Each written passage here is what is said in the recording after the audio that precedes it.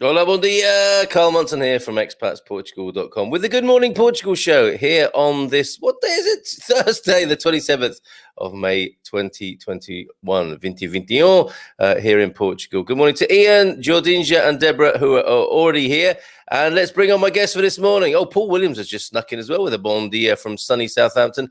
The ferry is booked, he says. Good news. And Dominique Core is here as well with a bon dia.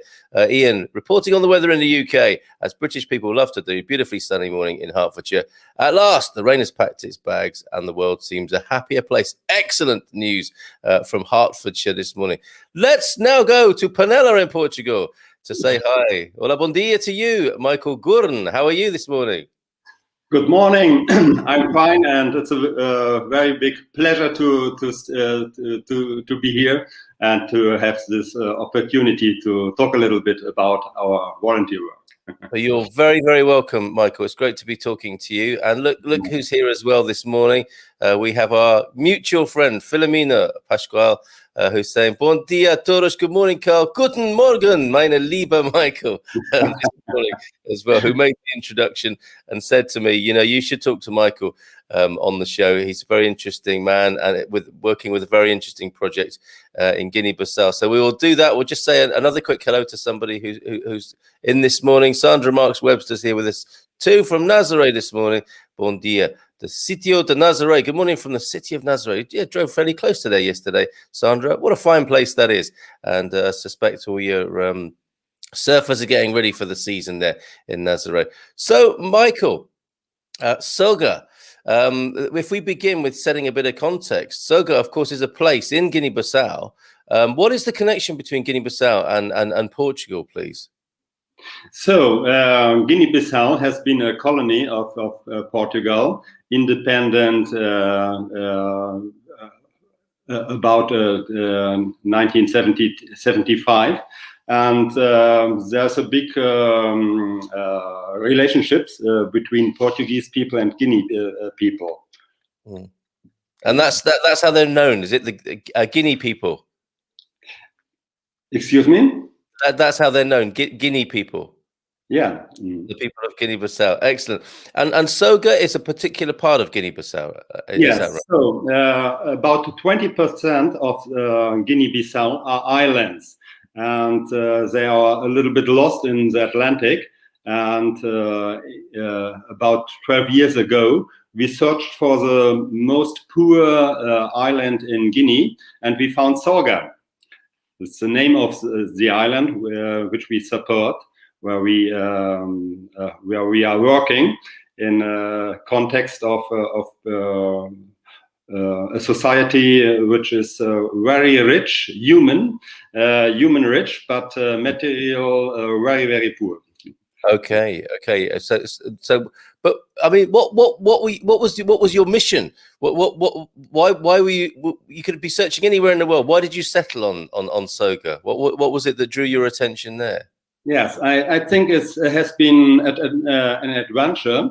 In 2011, I joined in our mission work with our founder, and I went to Africa the first time in my life, and I fell in love with this people, with this country, and our founder dies, and from this time till a day, I'm a leader in this movement. Yes. Amazing, amazing. So yeah, that's quite a picture you're painting there. That you went to help, fell in love with the people and the place. Can you describe it for us? One of the islands there, you say. What were your immediate impressions? What is daily life like in Soga? What the weather, the place, the people. Please paint a picture for us. Okay, I will try. Guinea is like a sauna, especially in the summer. Yes, Right. Yeah. You take a shower, and 5 minutes later you are wet. Okay, that hot. Okay, got it. But this doesn't matter because people are so nice, and they are more happy than us. So it's normally that our missionaries get a culture shock when they come back to Portugal, in this society where the people are looking for themselves and not for the commonwealth, for the society. So Africa makes happy. For the other side, when we came to Soga, 1 of 4 babies died. There has been no health aid, nothing else, nothing. We had only one teacher who wasn't paid, no electricity, no machines, and people died for the most simple things. And it has been a very bad situation. The people have been extremely poor, and in the next 5 and 10 years, we changed the world in this little island. It's a little island where are living only 1,200 people.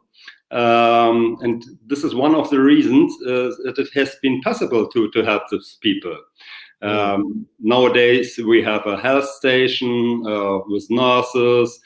Every child is going to the kindergarten, and we have primary school till the 6th class, and the first sustainability projects too.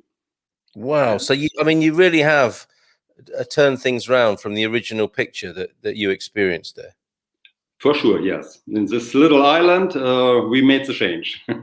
Incredible. And this is often the way, isn't it? I mean, this isn't a particularly or peculiarly Portuguese problem. Post-colonial countries understandably want independence, but it's not always plain sailing and easy going, is it, to make a recovery? And how did you start in this recovery? I mean, you go to this place and you see that there are serious problems for our fellow human beings in a particular place. How do you begin the work? Yes, I think we have a special method. Not only Soga, other organizations do it too. But our technique, it's like that. We live with the people in the same conditions, and we analyze the situation with the people, and looking for ways to make the things change. Every time together, I think that's the key for success. And we are making friendships, very strong friendships with all these people, and so there are a lot of faith that we will change things together, and it's a very big compromise for both sides. I think that's the key of success. That's very interesting, the compromise. So presumably that's a matter of working with what you think people should have and what they actually want for themselves, right? Yes. I don't know what the other one needs. I don't know what you need, Carl. I have to ask you. Indeed. And what better way than to live with people as they live themselves, as you said there.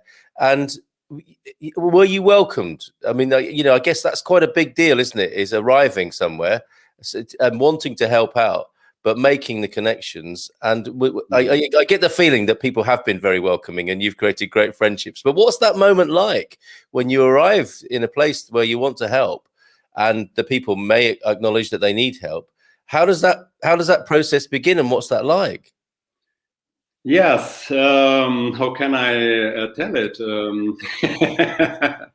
The first thing I would like to say is that this experience of Guinea is so strong, like our most strong human experience, like the birth of our children, like the death of our parents. It's very, very strong. And I think we make a time journey. Like if we would go back 200 years ago, I think some centuries ago, even in Europe, society has been different. Yes. People didn't live the big ego, but they live for the others, for the community. Yes. And this experience of happiness, which we don't know here in Europe. Yes. I know that things aren't white and black, but I think in our society we are looking for happiness where aren't any happiness, in the things and in occupation, and not in a relationship, and not in responsibility for the others. And here Africa is much richer than we, I think. Incredible. Yes, incredible. And it's fascinating that you describe it as being for you, your mission, if you like, is to change and help transform people's living conditions. And then you end up being transformed yourself with an incredible life experience. Mm-hmm. Yes. Yeah. And I could, when someone asked me, why do you do that things? You are not paid. You're coming tired. Why do you? Why do you do it? And my answer is, it makes me happy. It makes me happy. Clearly, we can see that, Michael. We can see that. And I've just put, if people are just thinking to themselves, oh, I want to find out more, I want to help. And presumably, you do need help of all different kinds, financial support of the project, but, other kinds as well. This is the way to get in touch with Michael, Michael at soga.pt. And we've got a few comments coming in. Let's say hello to a few more people. Stephen Wells is here this morning. Bon dia to you, Stephen. Bon dia a todos from Atlanta, Georgia. Already hot and sticky over there too. That sauna experience that you described. Paul Richards is here. Greetings from Sao Rafael. Strange, we have a cloud in the... Oh, watch it. Hold the front page. There's a cloud in the Algarve this morning. Joel is here from Matosinhos up in the north of Portugal. And look at this. You've had a review this morning already, Michael. The most generous man in the world. Oh. On the show this morning. To embarrass you there. Thank you so much, Lumena. A wonderful job in Soga. From California this morning. Hiya, Hank. Where you been? Hank Stalika, hola, bon dia from California this morning. I put a bit of background for Guinea-Bissau and the Portuguese colonial past there. And I guess you can drill down deeper to find out more about Soga, and you can do that through Michael as well. Robert Ryan is here too. Morning all. How are you, Robert? And Scarlett Owens, and someone new to the show. Great show, Carl. Just found you. Thank you very much, Scarlett. Good to have your company. Bon dia alegria a todos from California this morning, from Virginia Larson. Give a thumbs up, she says. A reminder to all to give a thumbs up. Yeah, share the love. That's what Michael does here on this morning. And Ian agreeing with you, Michael. Helping others makes you happy. Something perhaps that orientation we've forgotten about in Western Europe. Bon dia from a sunny Pavod Vagin from Mark Rigby. And first question for you, is working on the project your full-time role? Is it a full-time job? Sounds like more than a full-time job. It's more than a full-time job, I think so. It has been like this. In the beginning, or when our founder died, I had a full-time job and a lot of volunteer work, and then comes Soga. So in the beginning, I worked about 90 hours a week, every week of the year.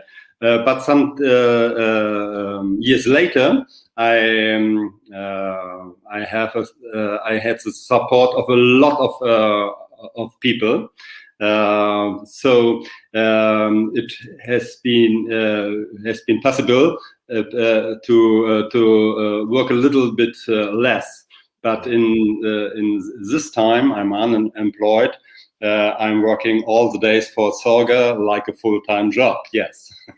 Amazing. Okay, so your what might be seen as a misfortune of unemployment has been turned into a positively, so that you can work full time helping with Soga. And on that note, I mean, is the organisation, the association, looking for volunteers? Can other people get involved if they've been inspired by your message and what you're telling us this morning? Yes, we are looking for special people who are responsible and who would like to help us. We don't need a lot of people, but some special people who would like to help us. Yes. Oh. Mm-hmm. And it's possible to know us, we can have a conversation, to look if there are a possibility to help us and to be happy in our organization. Fantastic. There you go. There's the email address once again to get in touch with Michael if you're thinking, wow, this sounds amazing. I would like to talk about how to get involved here and get a new perspective on life, because that's surely what would happen, I think, as has happened with you, Michael, and the others who are touched by the project. Oh, Carl, if it would be possible, I would like to explain another target of our organization. Of course, please do, yeah. Thank you. We have two targets. One target is our human project in Guinea with the people who are living there. But the other one is to talk about volunteering and solidarity in Portugal. And for that, we are going to the schools, to churches, to the kindergarten, even to the excuse me. Okay. I'm looking for a word in English. Let me tell everybody that you speak Portuguese, obviously German and English. So to me, you're a genius. Take your time. I just remember we are also going to places where old people live, and talking about our organization. We show pictures of the island, videos, objects. And we have two targets in this volunteer work. One is to organize help for our island, but the other one is to sensibilize people for volunteer work. And I think it's possible to become happy by working for other people. So this is our second target. Very good. To speak about volunteer work. Very good. And I'm sure there are probably expat groups as well who may see this, who will be very happy to receive you and to hear about the project and to understand the benefits of the holistic benefits really of volunteering. It's amazing what you're doing, and sharing that I think is really wonderful. And of course the name of the organization, Soga, of course, is the name of the island, but it's also an acronym, an abbreviation for your mission. And you're going to give us a Portuguese lesson now, I think, right? So what does Soga stand for? Yes, Soga stands for helping other people with love. Yes, that's the explanation. And in Portuguese, that is Servir outra gente com amor. Servir outra gente com amor. Serving others with love. And look, Philomena, you're doing great, Michael. Philomena there. Let's say a few more hellos this morning. I think people are fascinated by what you do, and it is very inspiring. From Maryland this morning, bon dia from Jim White. Good morning, Jim. And from the archipelago of the Azores, bon dia, todos from a rainy Terceira Island. Fascinating guest this morning. Morning from sunny Portugal. The Roonies are here. Our house hunt begins under the wing of the lovely Valerie Becks. You couldn't wish for better wings to be under than Valerie's. Good morning to you, Valerie, as well, over there in San Martino de Porto. And look who's here this morning. Jacqueline Mary Brown, from a few rooms along this morning, managing to comment again. I'm so glad to see your comments again, Jacqueline, and you offer this comment this morning as well on the subject that we're talking about this morning with Michael. We are designed to focus on others towards helping them, and your own happiness is found there, suggests Jacqueline. Would you agree with that, Michael?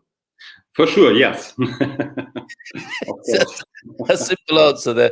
From Maxine this morning, Michael, does your organization have links with CEDA? I don't know what CEDA is, do you? Yes, I don't know it. Okay, so do let us know a bit more there, Maxine, about your question there. Hi, Carl, hoping to visit you in July with Mrs. Hank. Yay! Thanks for booking the most generous man in the world for me this morning. It's a pleasure. It's a pleasure. Philomena has some responsibility in this matter. How is the Soga organization structured? Asked the terrible painter. That makes you want to go and look at their work, doesn't it? Yeah. Volunteers, full-time missionaries. How do you receive funding? So how does it work on that practical level, Michael? Yes, I like to explain it. We are working only like volunteers. No one is paid for nothing. If I want to go to school to another city to talk about, I have to pay the transport. When I'm going to Guinea, I have to pay it for myself. And we are looking for partners. Okay. Partners. It can be a class of a school. It can be a church. It can be some particular persons. Maybe some. Excuse me. Some factory. Everyone who. Yeah. And there's one very important thing. We don't accept money without a special target. Maybe someone would like to give us 50 euro or 50 pound. We will not accept it without a special target. This 50 euro have to be for a very special target. Yes. And so we our partners becomes partners and authors of the project. They make part of Soga. This is our way of life. That's very interesting. So for somebody who says, here's 50 quid, just get on with it. Oh, no, it needs to be a bit more specific and focused than that, which I completely understand. That makes a lot of sense. And so it's outcome based, and people can really see where the money's being spent and the actual, how it lands on the ground and how it helps people improve people's lives, right? Let me give an example, please. Sure, yeah, it's always good. Nowadays, we have a kindergarten in Soga. And I think it's a very interesting project for two reasons.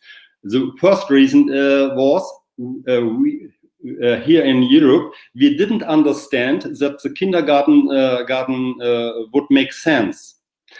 Another sense like in Europe. Because in Soga, kindergarten teaches that it is necessary to wash the hands, that you cannot eat something you found at the ground.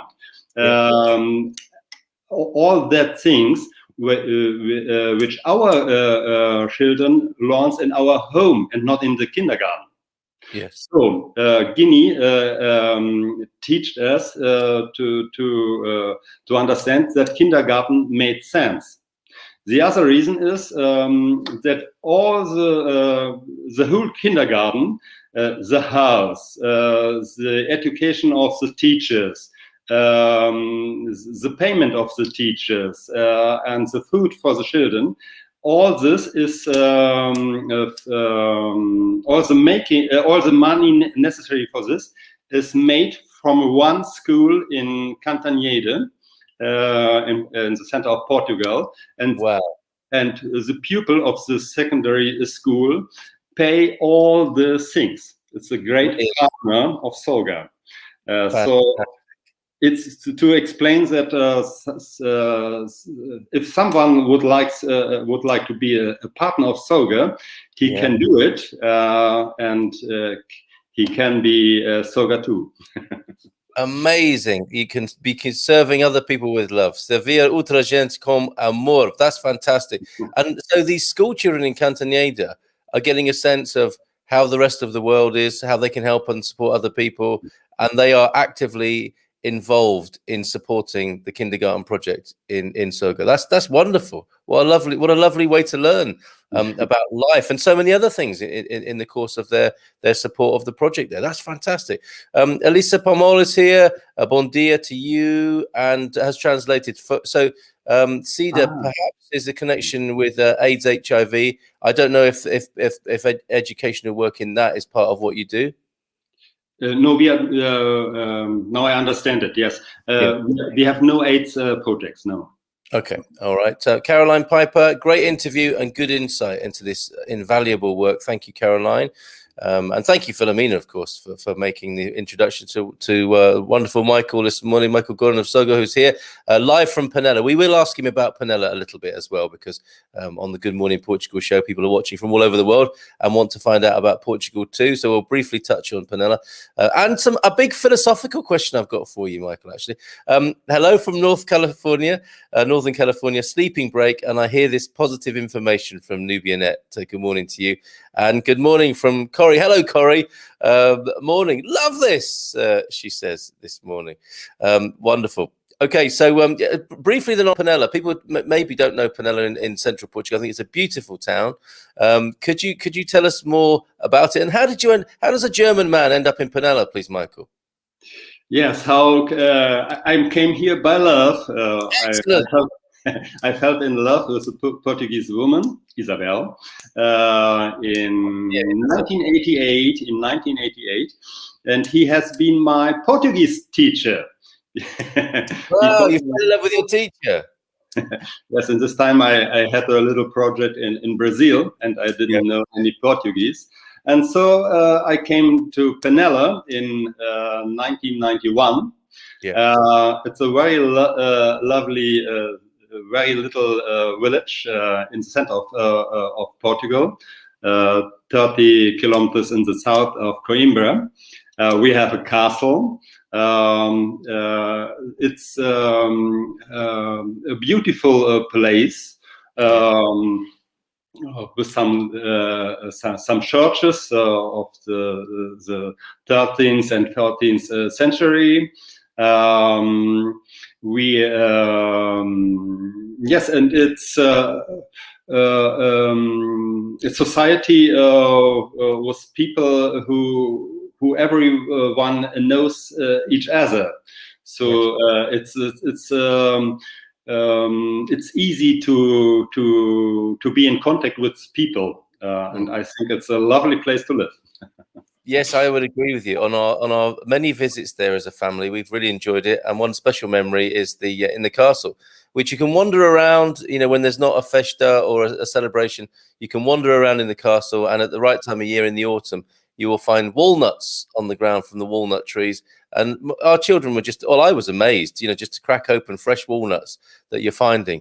Windfall walnuts, absolutely fresh and delicious there. And the town itself is beautiful as well. So well worth a visit, folks. And if you're looking for a lovely location in central Portugal, I don't want to be spiking up the property prices there, Michael, but Penela is very, very worthwhile consideration.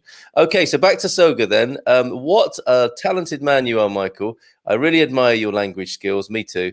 But that's what happens when you fall in love with your Portuguese language teacher, of course. I like the money targets and I love your smile, says Jacqueline this morning.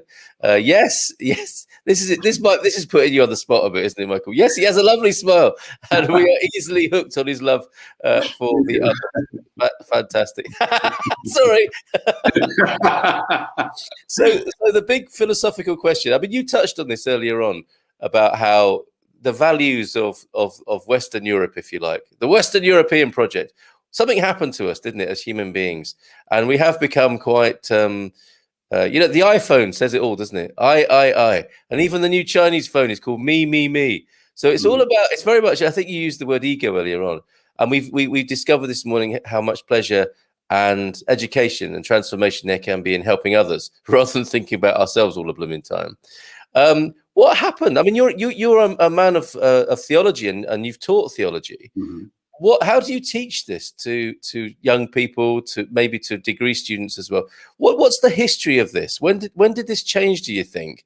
And also, what's the future of this? I mean, obviously, getting involved in projects like Soga. But to begin with, what is this movement of mankind that caused us to be like this?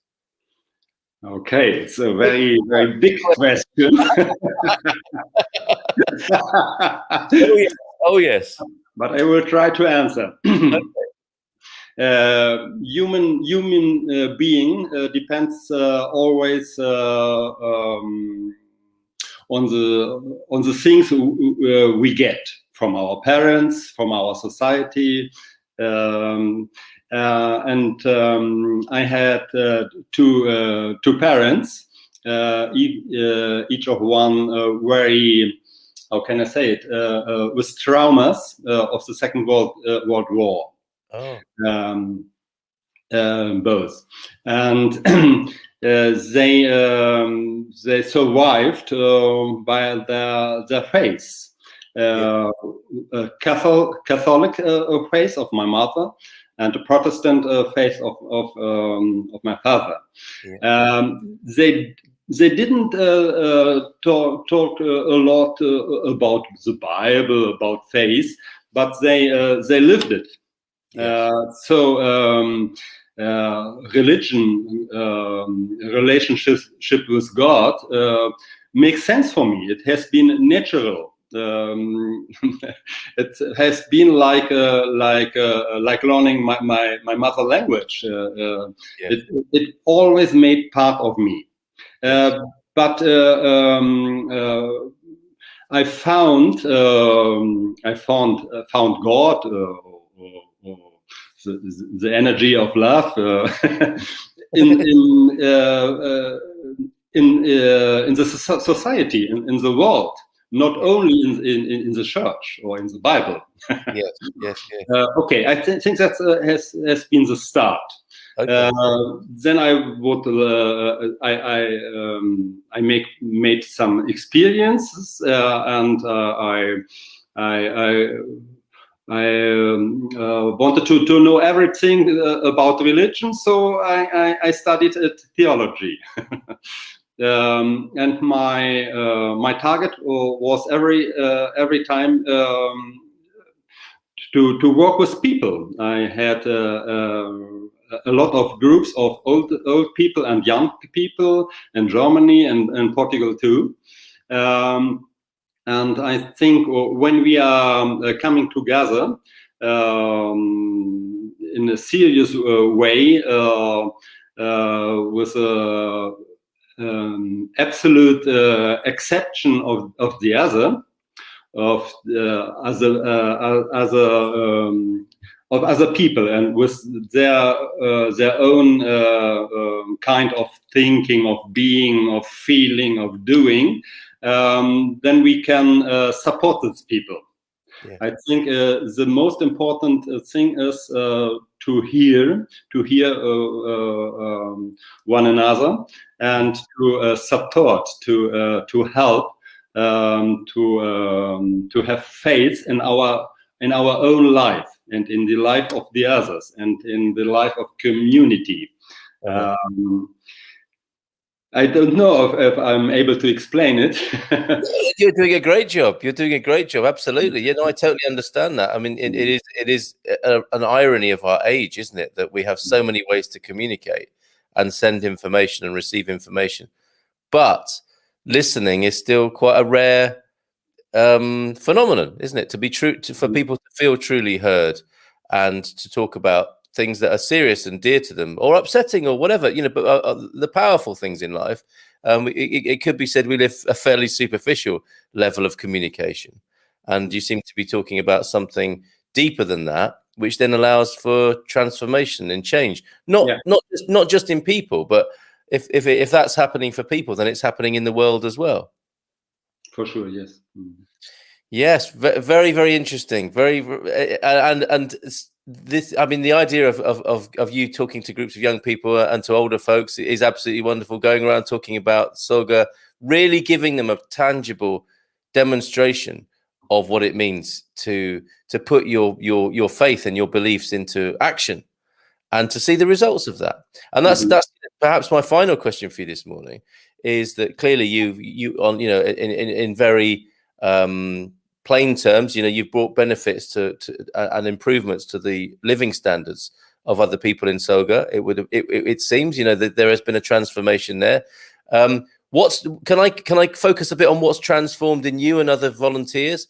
What goes on? What did you learn from this experience, and what do other people learn from this experience? And we've had a sense of that and how special it is for you, but could you say more about that?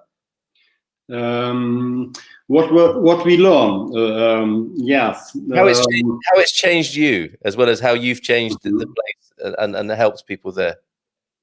Yeah. How can I explain it? I think the first thing is that relationship is the base of all success. It's necessary to hear the people, to live with them together, no? to resolve some things. Okay, how can I explain it? It's very important to have a group of people who supported the work. We know a lot of kind of people of different places, different kinds of way of life.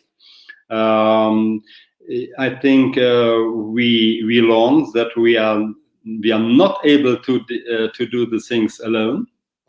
Not in our organization. I wouldn't be able to do anything without the other volunteers. And the same thing in Guinea. And we learn that that the solution is very often different from what we think by when we are alone. I just changed my mind about the reality a lot of times, and it's only possible when we do it with other people. Yes, I think I not answered very good your question. No, you did. No, really. I mean, that's very powerful. That's very powerful, and it is easy to feel alone in modern life, I think, and to feel like you have to come up with all the solutions. That seems to be part of what's happened to us. You know, we've been broken down into smaller and smaller units. You know, it's like it's the nuclear age, isn't it? And everyone is a little smallest particle of life, trying to figure everything out for themselves. When as you say, there's so much benefit in opening up and sharing and talking with other people. And then lo and behold, the solution that you thought was the right one in conversation with others, as difficult as that might be sometimes. I mean, let's face it, it's not an easy process necessarily, is it? But to be daring and courageous enough to open that up and provide spaces for doing that, as you obviously do, can bring a new look at life, literally. A little bit, yes. A little bit. Superb. So I'm putting your email address in again so that people can get in touch with you if they are so inspired. Michael at soga.pt, and also on Facebook. I think your website is having a little bit of maintenance. We have a problem, actual problem with our website, but we are always present in Facebook. So there's the link there from Philomena. And it sounds like you might benefit from a bit of voluntary work from a webmaster, web designer as well, as a possibility. Yeah, we are looking for solutions, yes. We just a conversation away. We did it my way and found we were not capable. Yes, that's a song of our times, isn't it? I did it my way. It's people have that at their funeral. I did it my way, and perhaps my way or the highway is not the most sustainable way forward for humanity. Mm-hmm. So thank you so much, Michael. Is there anything that we should share that I haven't asked you about that you would like to share with everybody here in the Good Morning Portugal community this morning? Maybe I can explain a very little bit about the concrete things we are doing in the island. Please do, yeah. So I'm using the metaphor of the bread to explain our work. If I found someone who has nothing to eat, I have to give him bread for survive. But then when he is filled up, I will not give any more bread to him, but I will teach him to be a baker. Yeah. So education is the second step. The first step is health, to save lives. The second step is education, to make people strong for going their own way of life. And but what will do the baker without any instruments, without machines, without nothing? So the third step is sustainability. Yeah. And we have some projects. We have a very big project, and we need a lot of money to make it. Guinea is a big. In Guinea have a lot of cashew nuts. But they sell the cashew nuts with shells to India, and the money is and Guinea doesn't earn any money with cashew nuts. So our project is to peel cashew nuts in the island to sell the cashew without the shells, and this makes a lot of money. But we need about 5,000 euro to buy the machines. Yeah, and this is one of the things we want to do. Amazing. Okay, so first of all, the health and the first aid to help people. Secondly, to educate them. I guess it's a bit like if you want to feed a man for a day, give him a fish. And if you want to feed him for life, teach him how to fish. And then obviously he's got to have the equipment to go fishing with, which is the sustainability and the technology that you're talking about. I didn't know that about Guinea-Bissau and cashew nuts, and it sounds like a classic problem of world capitalism. They have the raw resources, but they don't have the processing power to realize those resources, and then someone else may be exploiting that situation. So we need 5,000 euros for the machinery, do we, in Soga? Yes, for sure. And there's a lovely way to do it, if someone likes. in this time we are selling little books for little children to paint them. You can find this in the Facebook of Soga. Okay. One book is only for €5, and if we found 1,000 people to buy this book, we can buy all the machines.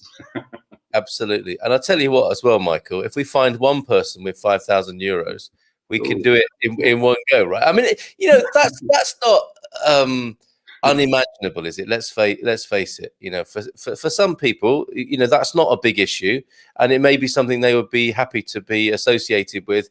And that is such a lot of, as the Americans say, that would be such a lot of leverage for other people, wouldn't it, to be able to change that situation, so that they're not basically being robbed of their natural and raw resources there, so that they can be processed at source, and the money can be made and be put back into the local community. So €5,000 is the target there. Not a big amount of money in the scheme of things.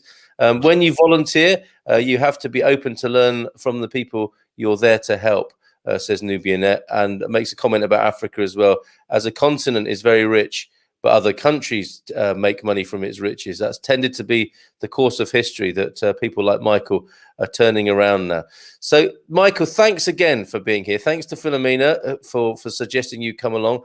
I mean, if you're there in Soga one day, as I'm sure you will be, let's please do a live link up if that's possible. Oh, yes. That would be so special to do that. Yeah. And nice idea, yes.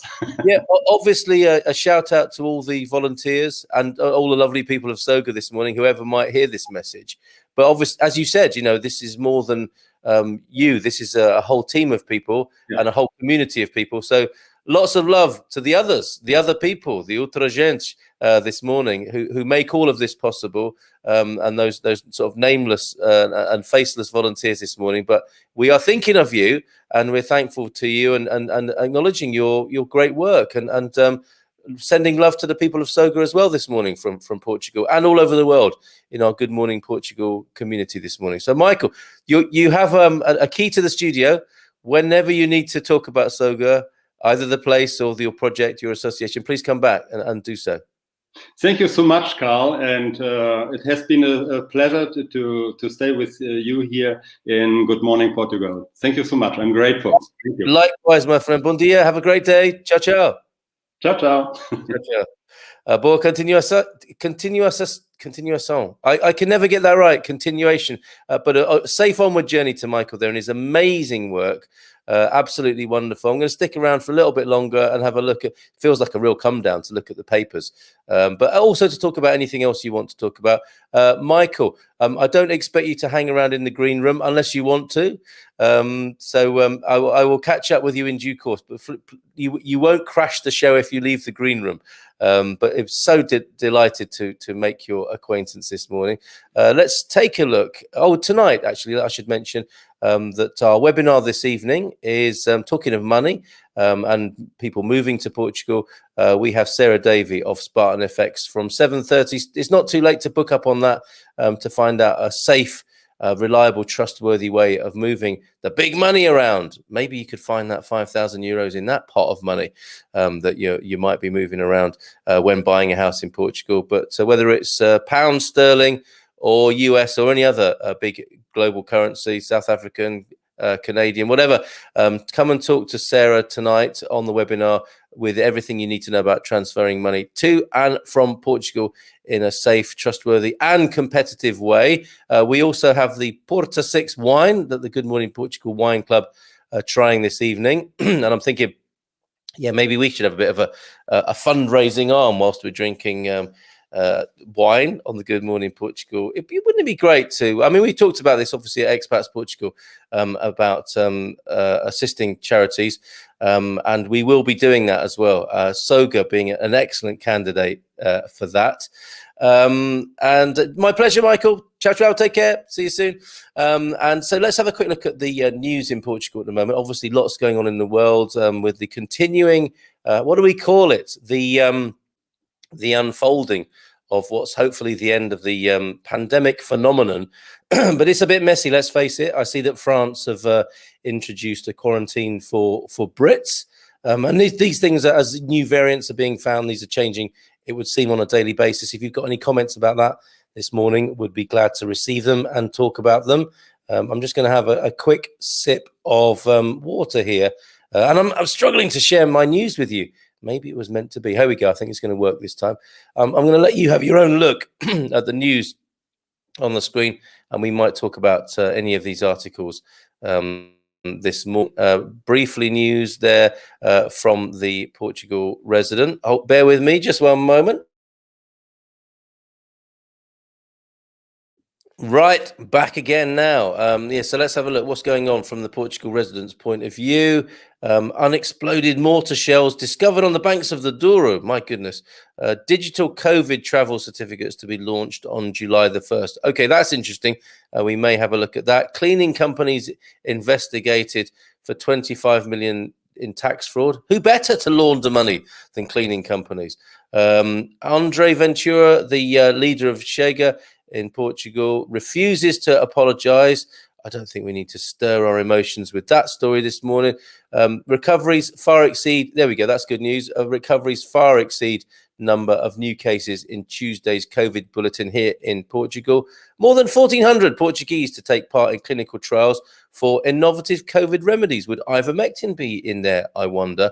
And there he is again, Chega. It's all the stuff of stirring news, isn't it? Chega's Andre Ventura, who sounds like a cartoon character, doesn't he? And some do call him a caricature, of course. Andre Ventura, great name, condemned for calling family bandits. So he's up to his shenanigans in there. And border collie missing with obvious limp, missing after yesterday's fire in Castelmaine. Sadly, yet it's a forest fire season. Be extra vigilant, folks. Fogos.pt, if you're in Portugal and you need a fire tracker to alert you to what's going on, Fogos, Fogos.pt for that. So let's have a quick look then at this idea of digital COVID travel certificates to be launched on July the 1st. What's this? What now? Let's have a quick look and see what's happening here, coming from the top brass, political brass, as it were, and presumably medical advisors as well. Travel certificates to be launched on July the 1st at the end of the European Council in Brussels today. Portugal's Prime Minister Antonio Costa announced that the long-promised vaccine passports or digital COVID certificates will be coming into force in Europe from July the 1st. Tests on how these work will begin at the beginning of June. And anyone I've heard discussing this is thinking it's going to be terribly complicated. But let's see. We live in the age of some astounding technology. Let's not be too cynical about this yet. It shouldn't be difficult. And whether or not we need them, of course, or if there's a better way of doing this, is also open to discussion. Of course, the certificate will show whether carriers have been vaccinated, whether they have had a negative COVID test prior to flying, or whether they have antibodies to the virus. Reports explain the objective is to facilitate travel between member states this summer, which is interesting, isn't it? Open travel. Yeah, I mean, this with Michael used the compromise, the C word earlier on, didn't he?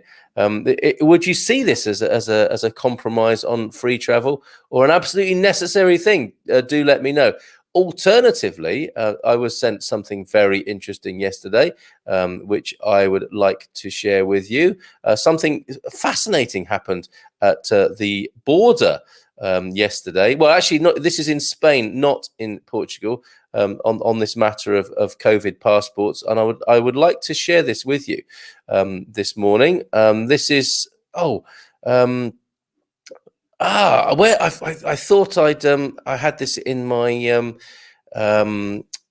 Facebook Messenger here this morning, oh no, I know where to find it. Bear with me just a bit longer because this is fascinating and not something you're going to hear about necessarily in mainstream media, because I guess it was a little bit of a drop in the ocean in terms of the news agenda. But yeah, carrying on with this matter of COVID passports and movement of people across borders. Check this out. What happened in, I believe, in Santander yesterday. Yes, this is from the My Body Human Freedom protest, which is ongoing apparently. Freedom activists today, this was yesterday, partially blocked the ferry port of Santander, having arrived early for the day's 17:30 sailing to Portsmouth. Some of you will have been on that. They were refused boarding by Brittany Ferries as they had no PCR test. They had no passenger locator form. They had no vaccine certificate, or other COVID-related requirements were met. This is according to the report that was sent to me, and them being refused. Their wish to board was refused. Goodness, Carl. The passenger, a 60-year-old woman attempting to return to the UK after a prolonged corona-imposed period in Portugal, seemingly left the port only to turn around and park her large camper van across the entrance. She then flew the yellow jack, which is the quarantine flag, and banners proclaiming conscientious objection to the requirements. My body, my rules. Stand up to tyranny, fight for freedom. The ferry customer demands her inalienable rights to return to her home country with both her principles and bodily integrity intact. What do you make of this? And first, I mean, there's a lot to this press release, basically, that was sent to me yesterday. But just to share this with you as a bit of food for thought, as an extension of the COVID passport that is being talked about for introduction in Europe from July the 1st. And I don't, for Americans, that's not, I don't think, I mean, you'll be subject to this kind of proof, but obviously you won't be. These are EU passports that are being spoken about in the article. But anyway, this goes on to say the asymptomatic carrier notion has long been disproven. And there's an academic reference to it if anybody wants this. I am asymptomatic because I am healthy. As such, I'm not a danger to anyone and refuse point blank any notion to having to prove it. I am innocent till proven guilty and healthy until actually ill. Or as one wag cheekily said, if you're well, you just haven't had enough tests. My body is my temple, the last vestige of my freedom. All attempts to coerce me into violating the integrity of my body are in breach of the Nuremberg Code established in 1947 and of the ECHR established in 1950. Again, references are available. What do you make of that? Because in the trajectory of the pandemic, the idea of, given how we've been conditioned, the culture, the context we're in, the COVID passport may make entire sense because people just want to move freely. But what about the Nuremberg Code? What about people not wanting to be infringed upon in that way, if I can put it like that? Let's have a look. Let's see what's being said about that. COVID passports are pointless. Good morning to you, Em. Love it. I think Em's enjoying that. Can you share the link to this, please? Well, what I'll do, I actually, it's too long to cut and paste into my into the comments there. It'll be, what is it? Let me see. I'll do it in a number, just so it's easy to find. I will share with you that in parts 1, 2, and 3. So here goes. First part, incoming for you, Em and Corrie, who seem to be interested in that particular story. Not a story, what actually happened in Santander yesterday. Part 2, incoming now, for those that may want it. Sorry if this is a bit long-winded, but it just strikes me that this might be the best way to do it this morning. You'll have to cut and paste it back out again for those of you who are interested in what happened there in Santander yesterday. I'm not pressing the... I'm making a real hash of this. I'm not pressing the return button and sending it in. Hold on a minute. Let's have a look at what else is being said here. This has sparked quite a lot of discussion already in the comments here. Yeah, and that's me reading my own comments there. I think that I'm going to find a better way of doing this. I mean, for those of you who know me on Facebook, you can see it. I thought it was of particular interest, so I posted it up on my own timeline. So, Corrie, you can find it there. Ian Turner says the NHS app has records of vaccinations and will hopefully be used for traveling into Europe later this year. Ian, I hear you. And also it's interesting, isn't it?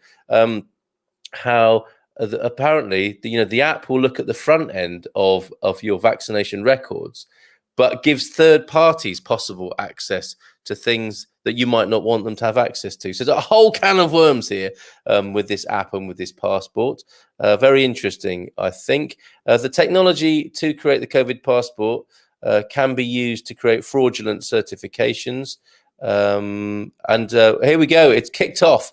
Anti-vaxxers don't want to pollute their bodies, but happy to eat McNuggets. Morning, Colin. It's all very confusing because you can be vaccinated but still be contagious. Probably similar when you have a normal flu shot. Yes, shedding, I believe they call that.